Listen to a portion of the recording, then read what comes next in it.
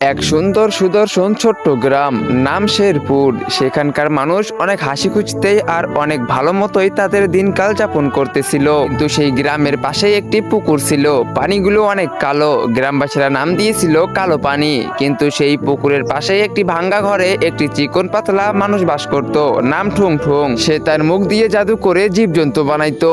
কিন্তু সেই গ্রামে আরো একজন পুরুষ ছিল, রাইস্টার। সে কারো কাছে টাকা পয়সা না নিয়ে সবাইকে সাহায্য করে। একদিন অনেক জোরে বৃষ্টি হইতেছিল, কিন্তু সেই দিন সেই গ্রামে ঢুকতে দেখা যায় এক ভয়ঙ্কর জন্তু।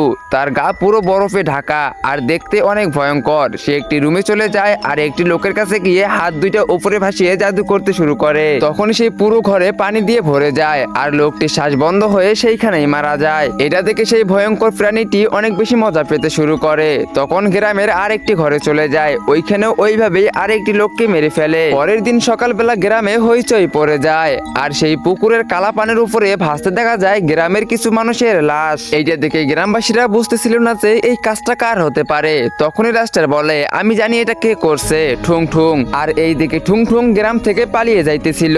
তখনই রাস্টার তার সামনে চলে আসে। তারপর ঠুং ঠুং রাস্টারের কাছে হাত জোর করে বলে, আমাকে মাফ করে দাও, আমার ভুল হয়ে গিয়েছে। কালকে আমি একটা এক্সপেরিমেন্ট করেছিলাম আর সেটা সফল না হওয়াতে আমি সেই ফর্মুলাগুলো সেই পানিতে ফেলে দেই। কিন্তু আমি তখনই সেই পানির ভিতর থেকে কারো আওয়াজ শুনতে পাই। সে বলতেছিল, অনেক ধন্যবাদ তোমাকে আমাকে জাগানোর জন্য, ঠুং ঠুং। কিন্তু তখন সে পানির ভিতর থেকে এক ভয়ঙ্কর প্রাণী চলে আসে, দেখতে অনেক ভয়ঙ্কর আর গায়ে বরফে ঢাকা। আর সে দৌড়ে দৌড়ে কিনারে চলে আসে। তারপর রাইস্টার বলে, এখন তাহলে বল ওই প্রাণীর হাত থেকে বাঁচার উপায় কি, না হলে আমি তোকে ওই প্রাণীর কাছে গিয়ে ছেড়ে দেবো। তো বন্ধুরা, এরপরে কি হয়েছিল সেটা তোমরা দেখতে পারবে পার্ট 2 তে। তো পার্ট 2 দেখতে চাইলে ভিডিওতে লাইক করে চ্যানেলটিকে সাবস্ক্রাইব